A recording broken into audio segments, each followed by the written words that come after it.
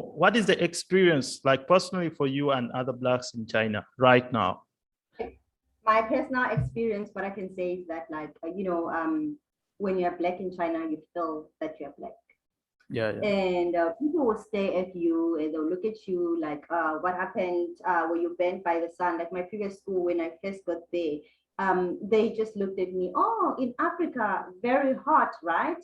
So were you burnt by the sun? Oh, white teacher, beautiful, that kind of thing. Like we had a white teacher and a Black teacher. So they used to like sort of like make me, it's like the whites alike, but I got to understand that here, for you to like understand this thing, you need to look at it like in a broad sense. Okay.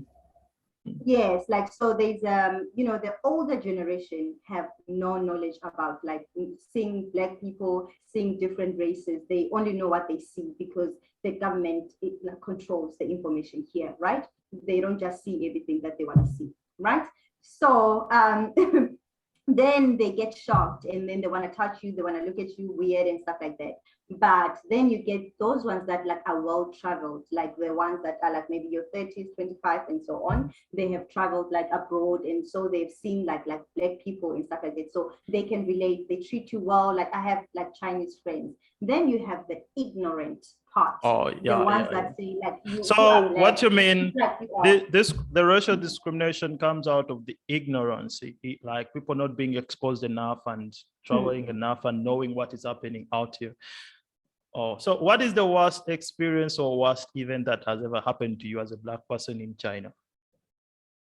During COVID, I think my two worst experiences that I remember very well is like when I got here first time in China. I remember my boss in my previous school had like bought us like food, right? And then like there were some leftovers like left, and then like one Chinese teacher that was like very racist, like because I was not the only Black. I think we were two Blacks, and then she was like, and the other one was not in the office that day, and then she said, there's some leftovers of like fruits. I think you should give them to Lisah because Lisah is from Africa, and Africa they are poor, they don't have food. So I got the sense of like that.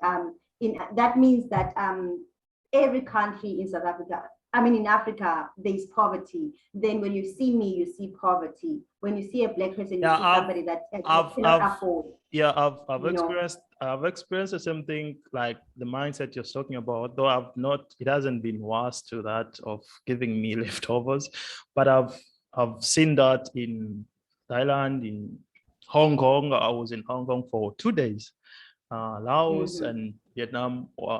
And I see that sometimes when these people see Black people, they see poverty. Like in most cases, like they just see poverty, nothing else. They see poverty and they see hotness, like it's so hot. Actually, I find this country, hot. Vietnam, to be hotter than my country, like 100%. So I sometimes laugh at them when they say that my country is hot or Africa is hot. It's very hot, right? Yeah. You were burnt by the sun. And the other one actually said to me this one time that, Lisah, you are too Black. The Black people that are beautiful are the Americans that are Black, the ones that play sports. They are close to light. So it was more like Black people, like every time it's like you have to defend that I'm Black, and yeah, you are not too Black. They always, just like you said, they always try to show you, to make you understand that you're Black. And what is preferred is white, and you are just there, but that the preference is and there. how do you manage to cope up with such an environment where you feel neglected or left out? So because I have friends that are here and all of us experience the same thing, but we deal with it differently. I think last year when because it's just like COVID happened, and also different experiences. You find people covering their nose and everything like that, and just looking at you weird, thinking that you're the one that brought COVID, And then so how I managed to deal with it, because I was starting to have anxiety and being scared of traveling. And then I spoke to my therapist about what I was going through.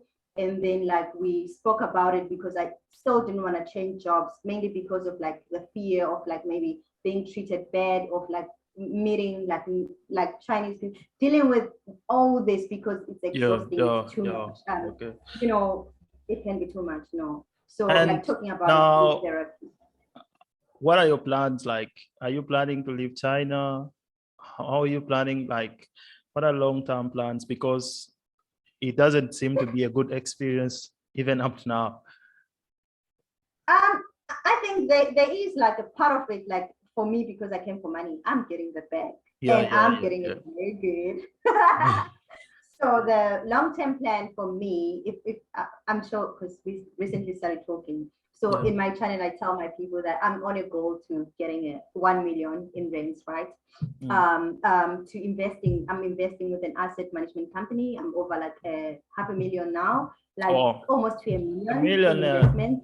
I want to get that 1 million. I think by early next year, it would have been achieved. And then after that, invest like to other things. So I think I'm giving myself until end of 2024. That's when I'll go back to South Africa, because I'm also working on like different businesses. And I think after China, obviously going back home, and like maybe if I want to move, perhaps move to maybe the Middle East, or maybe because I want to be a digital nomad. So yeah, that's a good idea. By the way, for you people that are watching us, I would like to remind you to go in the description below. You're going to see Lisah's channel, and then the link to our channel, and then you go and subscribe to Inspired by Lisah. You will see whatever we are talking about here, the experience that she has had in China and other parts of the world. You're going to watch it on her YouTube channel. So I think that is good. So right now, let's leave China alone and let's start talking about you as a person.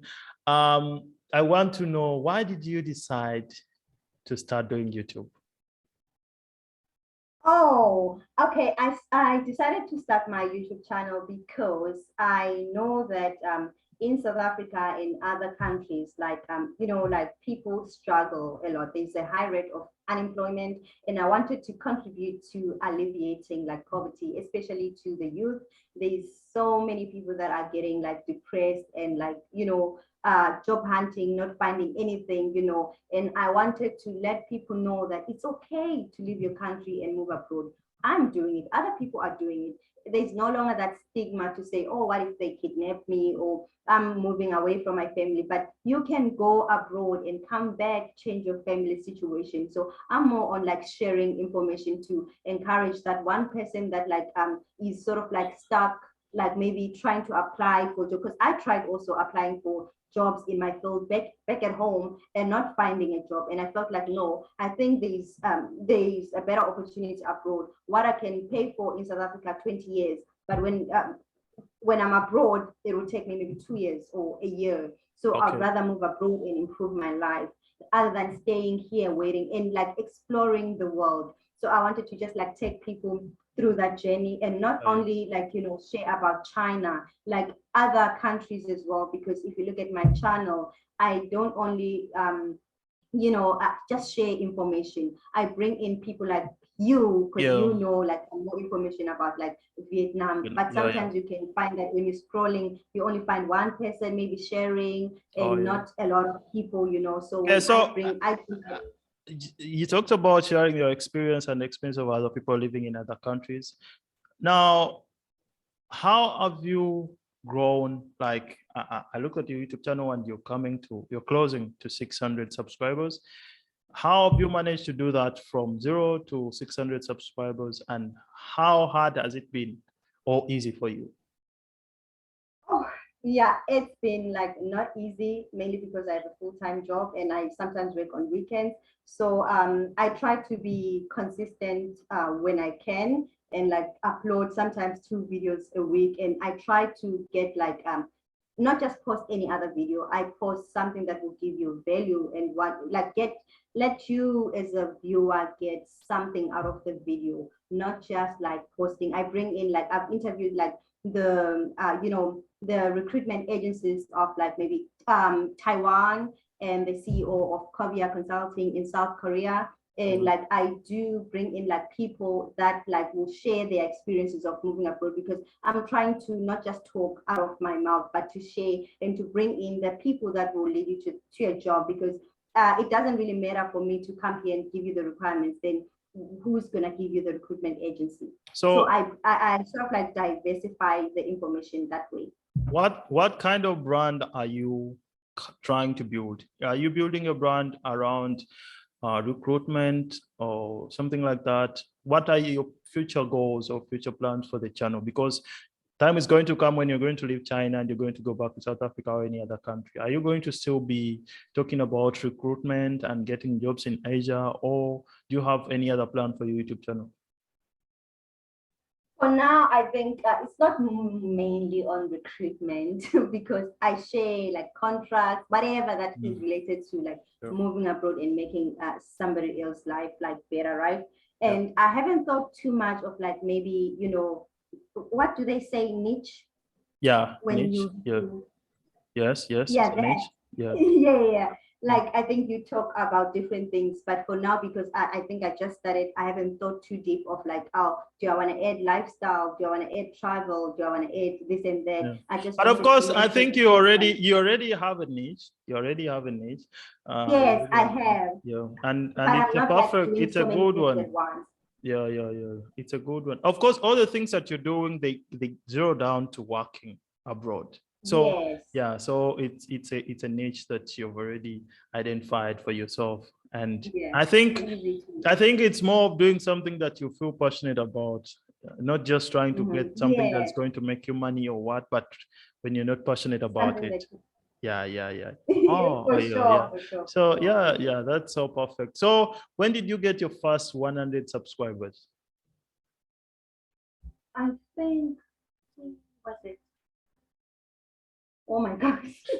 I don't know if how long did it take you to go from 0 to 100 subscribers? I think in the first month or second month.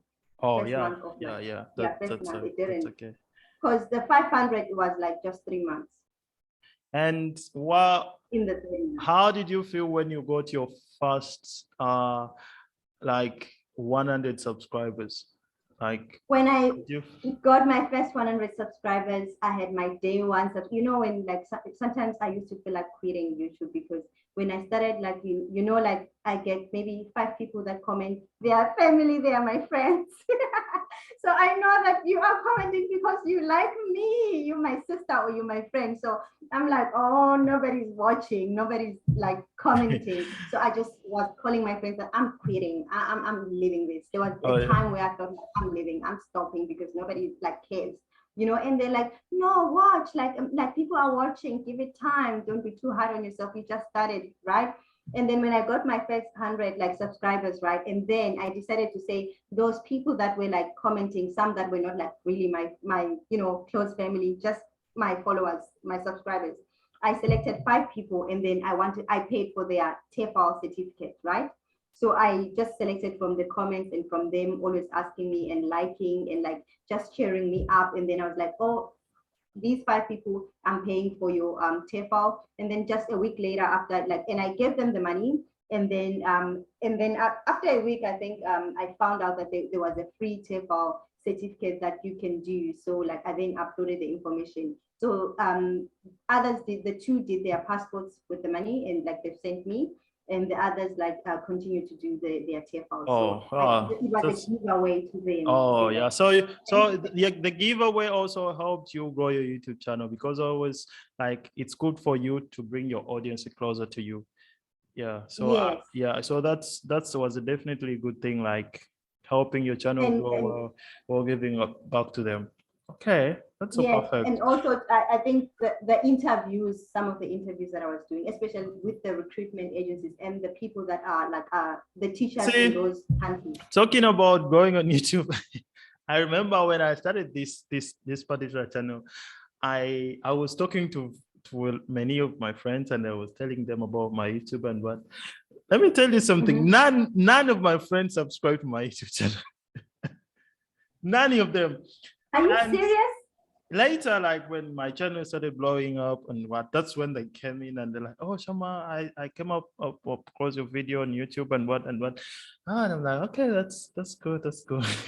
Yeah, because After some time, yeah, that means you were not interesting. no, yeah, no, sometimes like people are not ready to associate themselves with people that are still just in that like Small, pilot like type stage. growing, you know. Yeah, they want to associate with you when you're up there. So sometimes when you talk to people and tell them subscribe to my YouTube channel, yeah. So sometimes I tell some of my friends that I have more subscribers than them, or my channel is doing better than them, that don't concentrate on these people that you feel they are supposed to help you, or they are supposed, those relatives or what.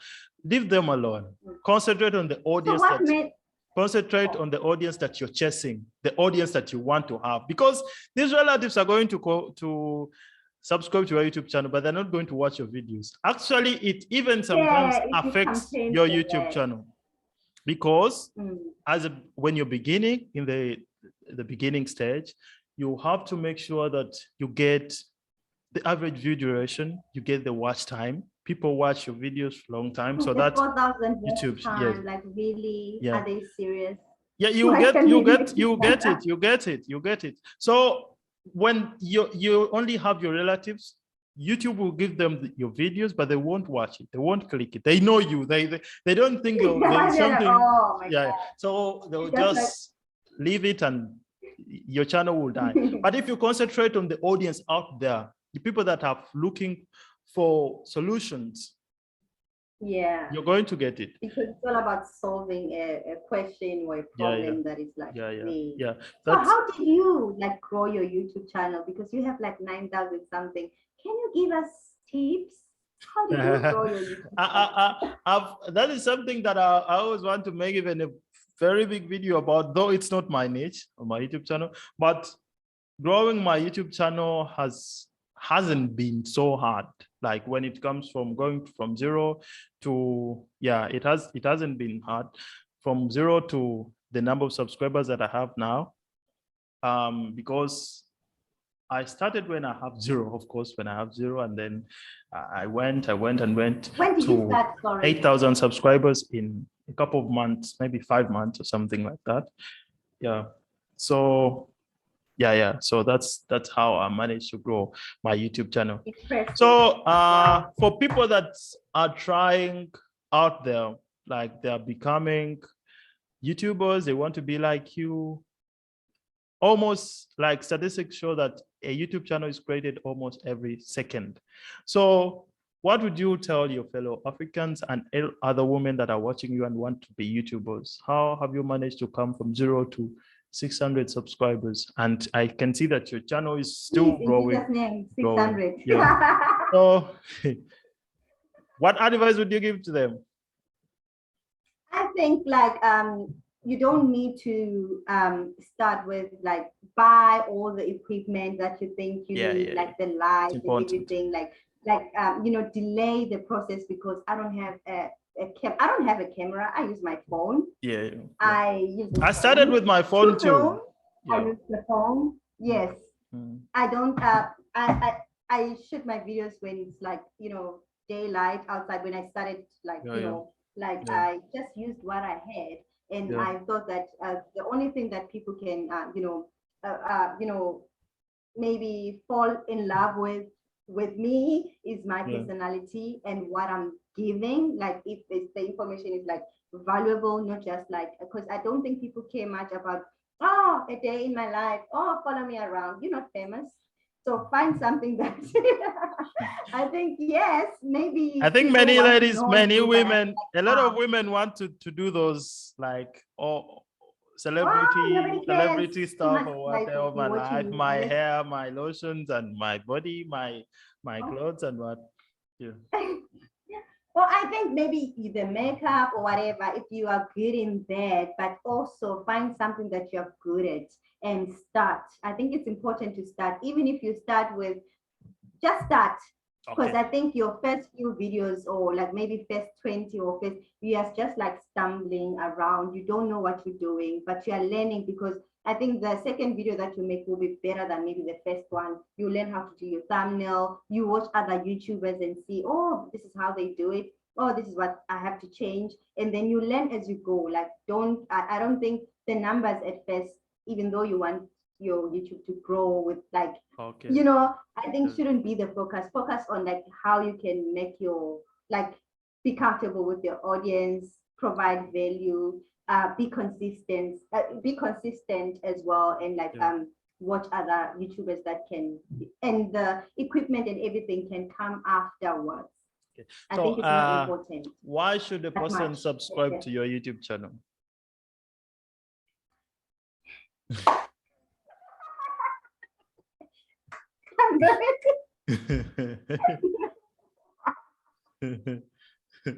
Why? I got so much energy. Yeah. I like that energy. Like, why should someone come to you? Oh my God, my heart is like.